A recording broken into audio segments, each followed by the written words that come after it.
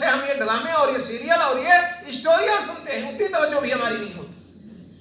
تو آپ بتائیے کہ پھر ہمارے ایمان میں اضافہ ہوگا؟ ہو ہی نہیں سکتا. ہمارے دل جب ہم کہتے ہیں کہ جب ہم اللہ کی باتوں سے اعراض کریں گے تو اللہ تعالیٰ کو ہماری کوئی پرواہ نہیں ہوگی. پھر وہ ہمارے دلوں کو ایمان کی طرف ہدایت کی طرف نہیں پھیرے. اگر ہم دل لگا کر سنیں گے اللہ کی طرف ہم متوجہ ہوں گے تو تب اللہ تعالیٰ ہمیں ہدایت دیتا. ان اللہ لا یغیر ما بقوم حتی یغیروا ما بانفسہم. اللہ تعالیٰ اس قوم کی حالت اس وقت تک نہیں بدلتا جب تک وہ خود کوشش نہ کرے. آپ کوشش کریں, اللہ تعالیٰ ہمارے آپ کے حالات کو بدلے گا, ہمارے دلوں میں ایمان پیدا کرے گا. لیکن ہم اس نیت سے سنتے ہی نہیں, اس نیت سے آتے ہی نہیں, اس نیت سے ہم پڑھتے نہیں, اس طرف ہماری کوشش ہوتی ہی نہیں.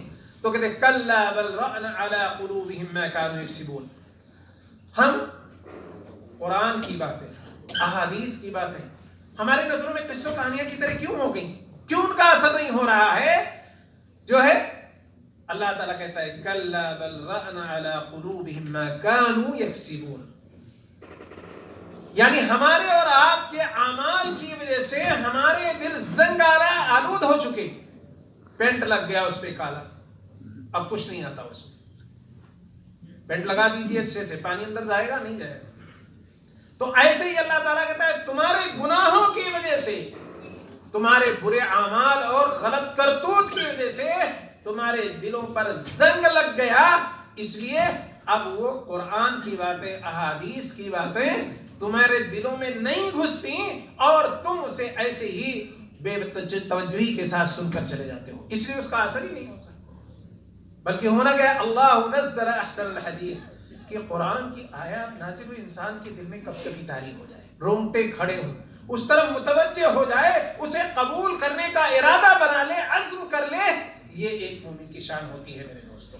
تو بہرحال ایک علامت یہ کہ انسان قرآن کی آیتوں سے اور اس کے بعد وعید سے اسے کچھ فرق نہ پڑے تو سمجھ لے کہ اس کا دل سخت ہو گیا ہے. دوسری علامت کیا ہے کہ انسان گناہ کرے تو پھر توبہ نہ کرے. گناہ کرتے جا رہا ہے لیکن توبے کی توفیق نہیں ہو رہی ہے. تو کیوں؟ سمجھ لے کہ اس کا دل سخت ہو گیا ہے. انسان اگر توبہ نہیں کر رہا ہے تو اس کا دل سخت ہے.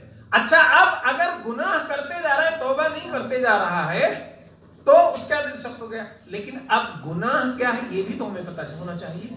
آج سب سے بڑی میرے دوستوں مشکل بات یہ ہے کہ ہم نے گناہ کو گناہ سمجھنا ہی چھوڑ دیا. آپ ذرا غور کریں, ہم اور آپ سارے مل کے, کہ کیا ہم گناہ کو گناہ سمجھتے ہیں؟ نہیں سمجھتے. اللہ ماشاء اللہ کچھ لوگ ہیں جو سمجھتے ہیں, بلکہ ہم میں سے زیادہ تر لوگ ہم گناہ کو گناہ نہیں سمجھتے. آپ بتائیے کہ ہمارے معاشرے میں کتنے ایسے لوگ ہیں جو بے نمازی کو گنہگار سمجھتے ہیں, اس کو غلط سمجھتے ہیں, اس کو معاشرے کا برا آدمی سمجھتے ہیں. کوئی سمجھتا نہیں. اگر اس کے اخلاق تھوڑے اچھے ہوں, لوگوں کے ساتھ تھوڑا اٹھنا بیٹھنا ہو, تو وہ جمعہ بھی نہ پڑھے کوئی فرق نہیں پڑتا, ہم اس کو غلط نہیں سمجھتے. یا اگر جمعہ پڑھ لیا تو ٹھیک ہے, باقی 5 وقت کی نماز ڈیلی وہ چھوڑ رہا ہے, ہم اسے گناہ سمجھتے ہیں. یا ہم ہی چھوڑ رہے ہیں, ہم خود چھوڑ رہے ہیں, تو ہم یا آپ اسے گناہ سمجھتے ہیں. آپ بتائیے اتنے لوگ بیٹھے ہیں, اس میں سے ظاہر ہے آدھے بھی نمازی نہیں ہیں, آدھے لوگ بھی نمازی نہیں ہیں, یہ بات تو سچ ہے نا. اب آپ بتائیے آدھے جو ہیں کیا وہ یہ گناہ کر کے, گناہ کیا اپنے آپ کو گنہگار سمجھتے ہیں؟ نہیں سمجھتے. تو جب گناہ کو گناہ ہی نہیں سمجھو گے تو توبہ کیسے کرو گے میرے بھائیوں؟ آپ ذرا سوچیے. جبکہ نماز کا چھوڑنا شرک کے بعد سب سے بڑا ہے. جس طرح آپ ارکان اسلام کو دیکھیے, توحید کے بعد سب سے پہلا دوسرا رکن کیا ہے؟ نماز قائم کرنا. نماز قائم. تو جس طرح توحید کے بعد سب سے عظیم کام, ثواب کا کام نماز قائم کرنا ہے, اسی طرح شرک کے بعد سب سے بڑا گناہ نماز کو چھوڑنا ہے. آج ہم نماز چھوڑ کر کے اور مجھے گناہ کا احساس ہی نہیں, ہم سمجھتے نہیں کہ ہم نے گناہ کیا ہے.